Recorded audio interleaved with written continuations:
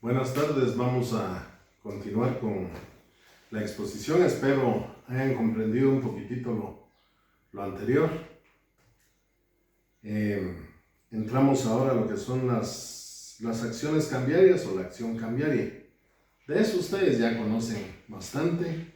Recuérdense que desde el inicio del curso yo les dije que les iba a iniciar enseñando no solo los sujetos que participan en los títulos de crédito, sino también les expliqué un tanto lo referente a la acción cambiaria, si recuerdan.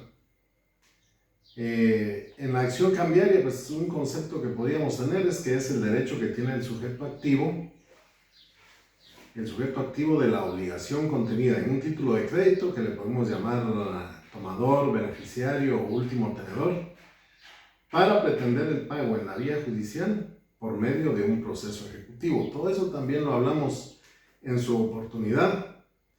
Pueden ver en el artículo 615 del Código de Comercio, que es lo que establece todo lo referente a la acción cambiaria, ¿verdad? Y dice que se va a ejercitar en caso de falta de aceptación o de aceptación parcial. Eso ya lo habíamos visto la otra vez, la última vez que estuvimos explicando esto en clase.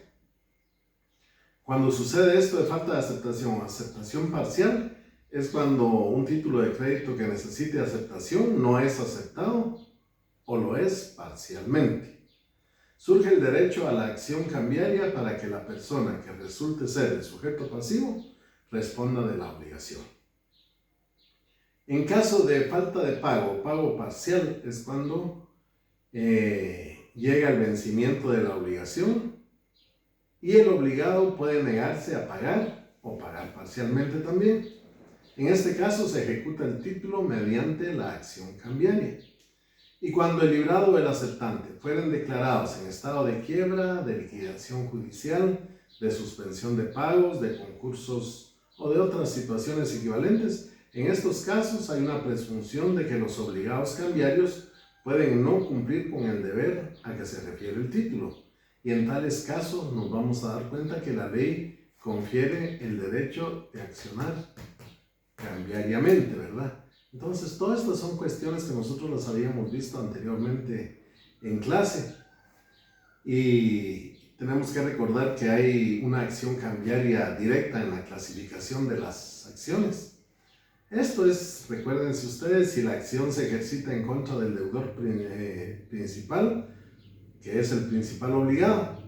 En estos casos, este principal obligado sería, dependiendo del título que se trate, en una letra de cambio el librador aceptante, en una factura cambiaria el comprador de la mercadería, en un pagaré el que promete el pago, porque aquí recuérdense que había una promesa de pago, y en un certificado de depósito el depositario de los bienes. Muy bien, todo esto lo hemos visto, creo que ya lo manejan, lo conocen. Y tenemos que decir también que además la acción directa puede plantearse en contra de los avalistas del obligado principal, porque aun cuando su obligación es autónoma, su categoría subjetiva es la de sustituir al principal obligado.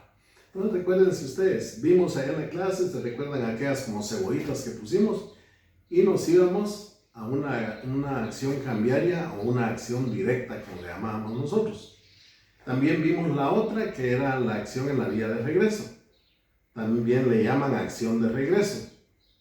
Y es la que procede contra el librador, el endosante, el avalista, que no sea pues el principal obligado, porque si recordamos el principal obligado iba en una acción directa y lo demás pues ya iba contra los que vienen en orden o salteándose o con el avalista o con el librador, como se quisiera, pero era en la vía de regreso. Muy bien. El Código de Comercio en el artículo 617 establece los valores que el último tenedor del título puede pretender, ¿verdad? Es decir, ¿qué pretende el tenedor del título o el último tenedor del título? Es que se le pague pues la cantidad que se contiene en el documento que se le ha extendido.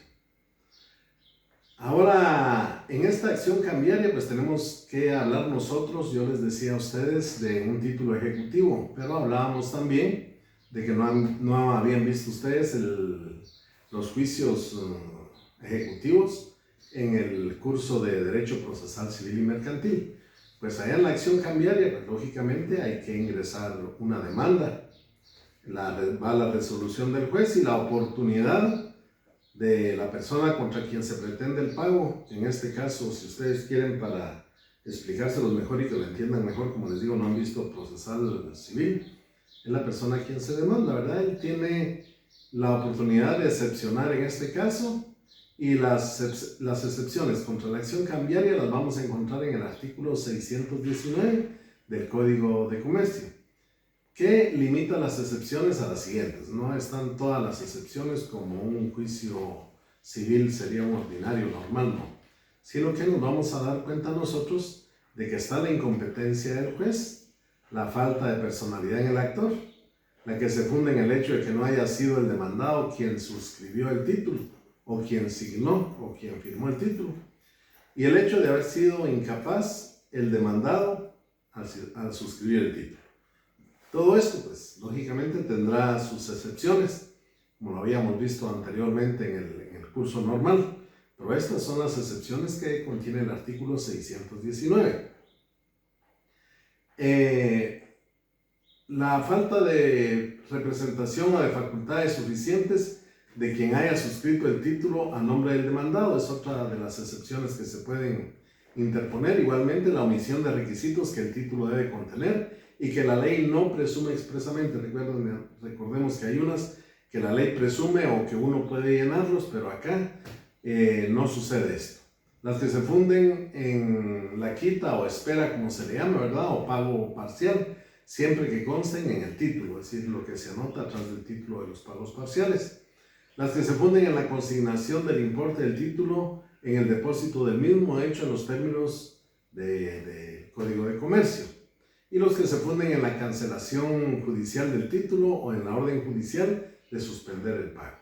También tenemos la prescripción o caducidad de la acción cambiaria y las que se basen en la falta de requisitos necesarios para el ejercicio de la acción. Y por último, las personales que tenga el demandado contra el actor. Todo esto, pues, si nos vamos a establecerlo correctamente, creo que lo van a entender mejor cuando vean el curso de Derecho Procesal Civil y los juicios ejecutivos. Pero aquí nos vamos a dar cuenta que también puede defenderse, en este caso, el sujeto obligado al pago, que en este caso en la vía directa sería el librado y en la vía de regreso quien decida, el último tenedor, procesar, y en los demás títulos que hablamos. Hay otro procedimiento que le llaman letra de resaca y está en el artículo 622 del Código de Comercio. Ustedes lo pueden establecer ahí. Se aplican a todo título y operan igualmente cuando el último tenedor de un título debidamente protestado, aquí sí hay necesidad de protesto, o cuando el protesto fuera necesario, o el obligado en la vía de regreso que hubiera pagado, puede cobrar a los que le adeuden mediante dos formas, ¿verdad? Es decir, alguien paga en nombre de otro que es el obligado. Y la primera forma es cargándoles o pidiéndoles que le abonen en cuenta el importe del título más otros gastos y las costas procesales.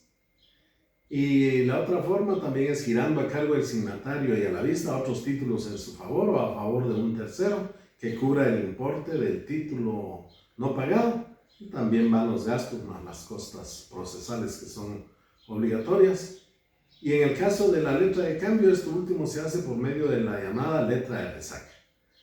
Entonces, ya entendimos cuál es la famosa letra de resaca y está en el artículo que les había relacionado anteriormente, el 622.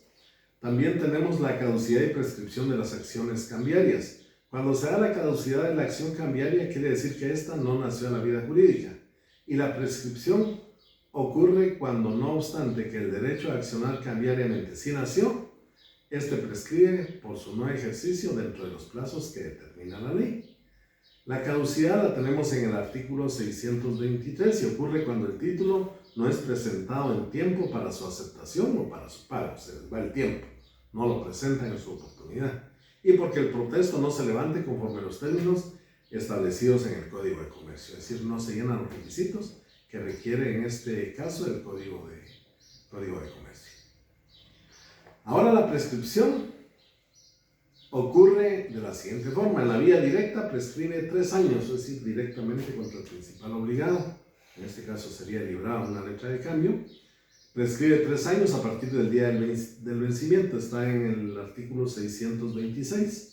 Y la prescripción en la vía de regreso del último tenedor prescribe en 1 año contado desde la fecha del vencimiento. Eso está en el artículo 627 del Código de Comercio. Y la acción cambiaria del obligado de regreso contra los demás obligados, cuando tenga que cobrarle a los demás, prescribe en 6 meses, contados a partir del pago voluntario o de la fecha de notificación de la demanda. Recordémonos de que cuando se hace el pago voluntario y se puede repetir contra los demás, ¿verdad? Ese pago no es forzoso, es voluntario. Entonces aquí hay 6 meses para repetir contra los que, o el que era el obligado en este caso.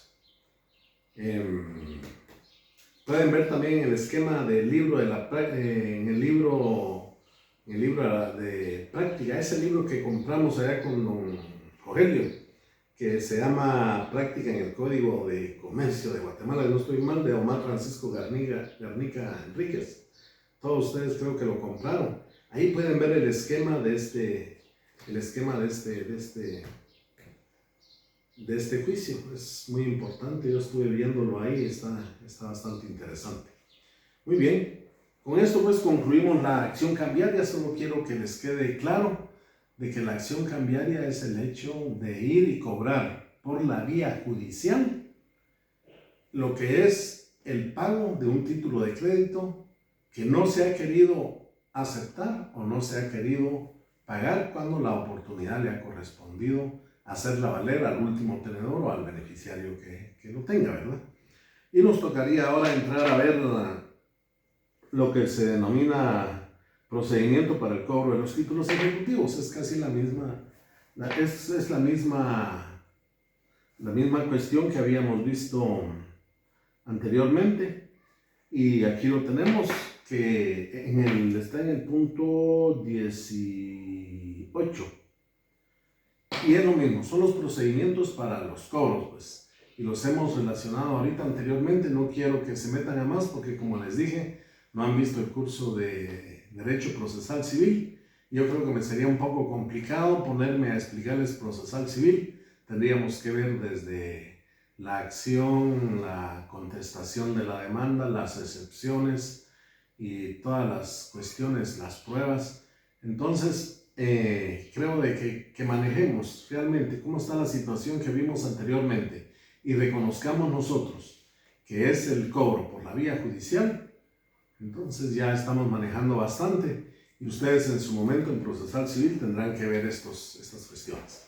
Entonces, en el punto número 19 tenemos la empresa mercantil y sus elementos. Tenemos que entender, yo creo que ustedes lo conocen y lo conocen desde que vimos Derecho Mercantil 1, lo que era las sociedades, porque las sociedades anónimas van caminando, como yo les dije, hasta lograr su inscripción y dejar determinada la empresa mercantil. Eso lo hablamos también en los semestres pasados, y hablábamos de toda la situación de la empresa en sí, que ya no tenemos que ver en cuanto a toda la organización de la sociedad y todo, lo que ya está conformada, ya está autorizada, ya todo lo tenemos nosotros ya listo para poner a trabajar ya la empresa en sí. Entonces se entiende por empresa mercantil el conjunto de trabajo, ahí ya va el trabajo, ¿se dan cuenta? El trabajo que en sí se hace en la empresa, los elementos materiales, todo lo que hay, muebles, todo lo que hay al equipo, los valores incorpóreos, todo lo que es corpóreo es lo que se ve. Sí, los incorpóreos muchas veces no se notan, pero están en el servicio. Todo eso está coordinado para ofrecer al público con un propósito de lucro y de manera sistemática bienes o servicios. Tal vez yo les dije que no existe un concepto definido, sino que conociendo las características y los elementos nosotros podemos formar nuestro concepto. Yo aquí les diría que tal vez podríamos llamar a la empresa como el conjunto de trabajo, elementos materiales y valores incorpóreos, ¿verdad? Que están coordinados para ofrecer al público con propósito de lucro y de manera sistemática los bienes y servicios que tiene que ofrecer. Podemos decir también, y tal vez para ampliar un poquito el conocimiento, que hay algunos autores que hablan de que la empresa es el conjunto de elementos de diversa naturaleza y dice que son reducibles a capital o a trabajo y están organizados dinámicamente para producir bienes o servicios destinados al mercado. Es decir, recordemos que esto es mercantil, lógicamente tiene que haber un mercado. En este sentido se habla indistintamente de empresa, establecimiento, hacienda, explotación o negocio. Se le puede dar muchas formas y ser denominado no solo en Guatemala, sino en otros países de distinta manera. Está la explotación de un negocio, pues. Y entre los componentes que nosotros encontramos como elementos de la empresa caben desde los inmateriales, como derecho de la propiedad industrial.